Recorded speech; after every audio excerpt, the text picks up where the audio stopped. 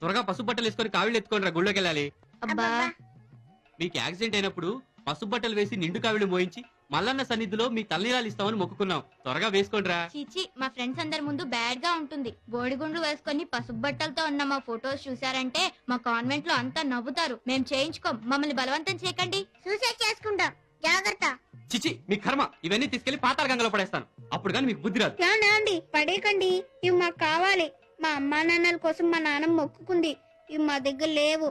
మేము వేసుకుంటాం, మాకు ఇవ్వండి. వాళ్ళ కోసమే వాళ్ళు వేసుకోవడం లేదు, మీ అమ్మా నాన్నల కోసం మీరు వేసుకుంటాం అంటున్నారు. సరే తీసుకెళ్ళండి.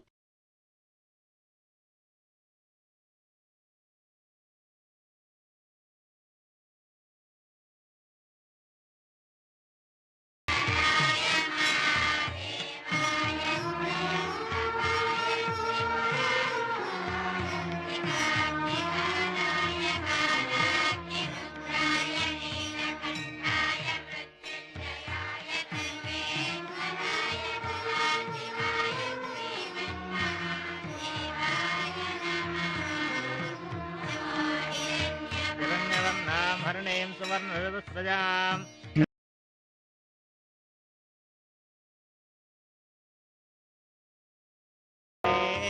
యస్యాం హిరణ్యం విందేయంగామస్వం పురుషానః అశ్వపూర్వామృతమధ్యాం హస్తినాథ ప్రబోధినీం శ్రియం దేవీముపక్వయే శ్రీర్మా దేవీ సుధాం కాంసోస్నాం హిరణ్యప్రాకారామార్ద్రాం జ్వలంతీం దృప్తాం దర్పయంతీం పద్మే స్థితాం పద్మవర్ణాం తామిహోప.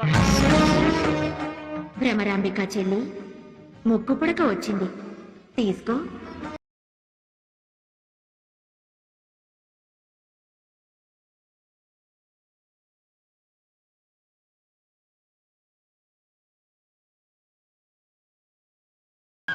నీకీ ముక్కు పుడక చాలా ముచ్చటగా ఉంది. నా ముక్కు పుడకతో సహా నీ ముడుపు చెల్లించినందుకు వాళ్ళ అమ్మా నాన్న విడిపోకుండా మనం దీవించాలి.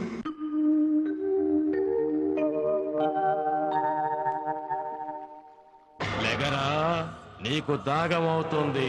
పాతాళ గంగలో నీళ్లు తాగు.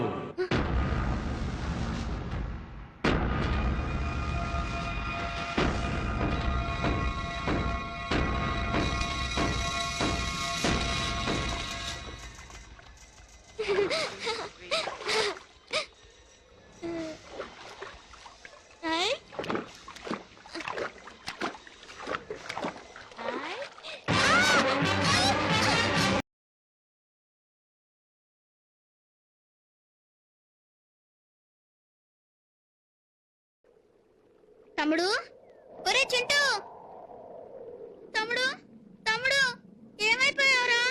తమ్ముడు తమ్ముడు చింటూ తమ్ముడు. హలో, ఐజీ గారా? ఆ లెటర్ మీకు ఇచ్చా కూడా ఇంకా పిల్లల ఆచూకీ తెలియలేదంటే ఎలా సార్? సార్ అది కాదు sir, just imagine what we are going through. Just minute sir.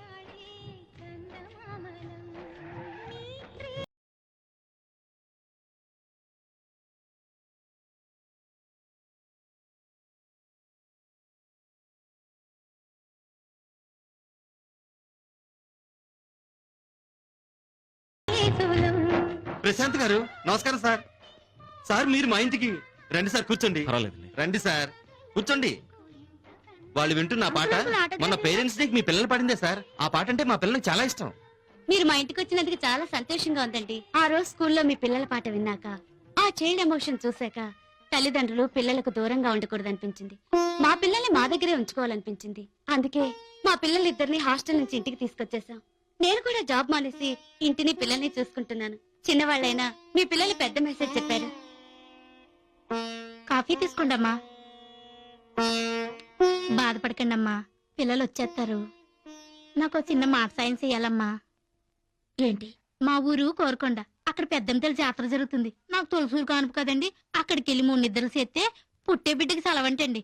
ఆ తల్లికి సెలవిడి పెడితే ఎంతో తెలివైన బిడ్డలు పుడతారంట. మీరు నాన్ వెజ్ తినకూడదు. ఏం మా వాళ్ళు? చేప తింటే చేపలాగా పుడతారు, కోడి తింటే కోడిలాగా పుడతారు, మేక తింటే మేకలాగా పుడతారు. మరి నువ్వు మనిషిని తిన్నావా?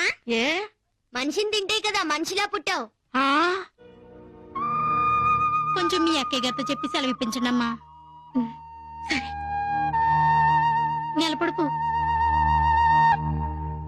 యాయో ఎక్కడున్నావు? ఇలా రావయ్యా.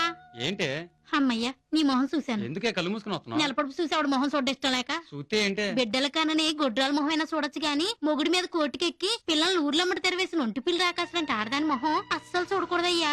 లక్ష్మం కథలో విన్నాను. తమ్ముడు తమ్ముడు తమ్ముడు తమ్ముడు పాప ఎందుకు ఏడుస్తున్నావు అమ్మా? మా తమ్ముడు నేను తీర్థయాత్రలకని బయలుదేరామండి. షిరిడి వెళ్ళాలి. వాడు మధ్యాహ్నం నుంచి ఏమయ్యాడు కనపడటం లేదు. వాడి దగ్గర డబ్బులు లేవు. వాడి కంఠత్వం కూడా పగిలిపోయింది. వాడికి చాలా భయం అండి. చూడమ్మా, కొందరు మనతోనే వస్తూ ఉంటారు, కానీ వాళ్ళు మనకంటే ముందే చేరవలసిన చోటికి చేరిపోతారు.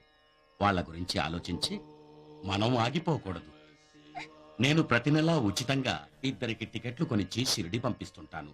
ఈసారి నిన్ను పంపించాలనిపించింది. తీసుకోమ్మా, బయలుదేరమ్మా. మరి మా తమ్ముడు? ఎవరి ప్రయాణం వాళ్ళదేనమ్మా. బాధపడి లాభం లేదు. ఈ గురు పౌర్ణమి దాటితే మళ్ళీ పౌర్ణమి దాకా బస్సు లేదు. వెళ్ళమ్మా, వెళ్ళు. నీ తమ్ముడు నీతోనే ఉన్నాడనుకుని బయలుదేరమ్మా.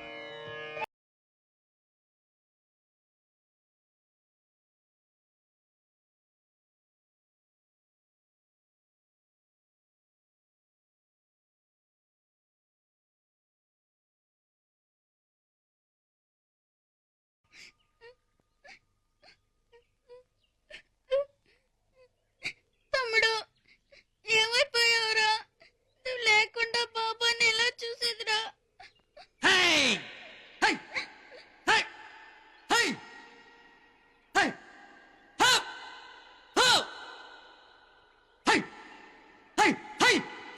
ఏంటి తాత, ఏంటి తోలుతున్నావు? కోడి పిల్లల్ని డాగలు ఎత్తుకుపోవాలని చూస్తున్నాయమ్మా, అందుకే వాటిని తోలుతున్నాను. కోడి పిల్లలా? ఏవి? కోడి పిల్లలేవు తాత. నువ్వొక కోడి పిల్లవి, ఆ మనిషి ఒక కోడి పిల్ల. ఈ ఆవులు, కుక్క, పిట్ట అన్నీ కోడి పిల్లలే. భూమి మీద పుట్టిన ప్రతి జీవి కోడి పిల్లనమ్మా.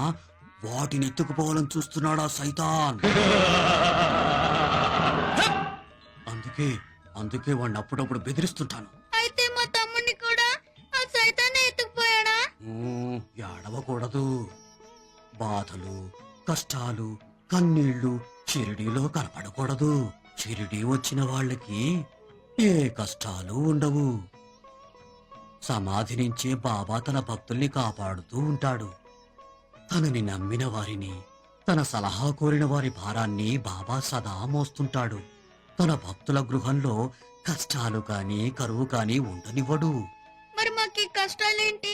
కొందరు మనకంటే ముందే పోతారు. పోయిన వాళ్ళ గురించి బాధపడుతూ మనం ఆగిపోకూడదు. మేమిద్దరం అమ్మా నాన్న కోసం బాబా ఎదుట బాబా కథ కచేరీ చేయాలని వచ్చాం. ఆడేమైపోయాడు కనపడటం లేదు. బాబాను ముందే చేరుకున్న వారి కోసం మనం బాధపడకూడదు. నీ గొంతుతో నువ్వు పాడు. ఆ గొంతులోనే నీ తమ్ముడు గొంతు కూడా బాబా వింటాడు. వెళ్ళు. వెళ్ళు.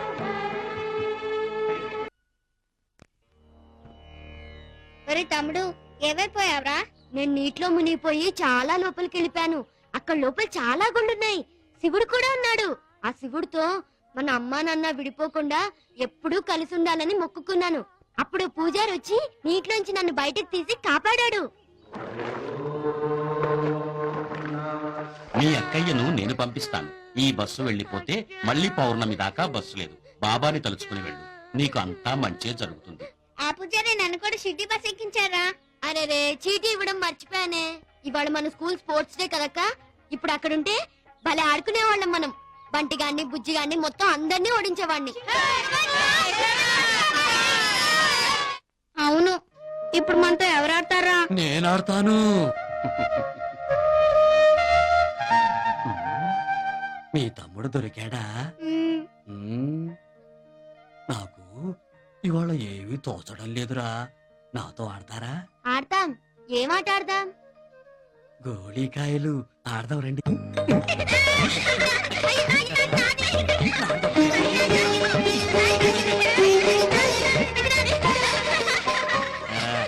పరుగు పందానికి వస్తావా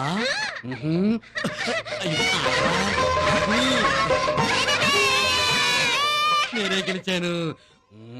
ఒరేయ్, నాతో కుస్తీ పడతావా? ఆ?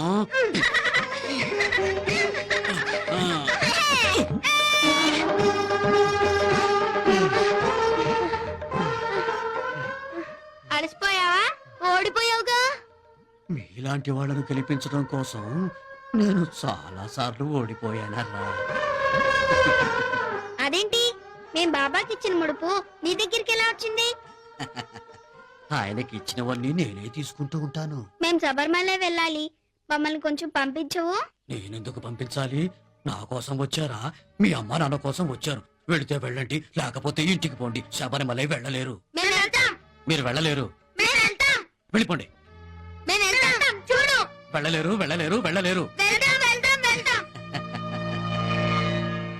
నాన్న అయ్యప్ప, నీ ఆఖరి ముడుపుకి ఓ అవాంతరం ఉందయ్యా.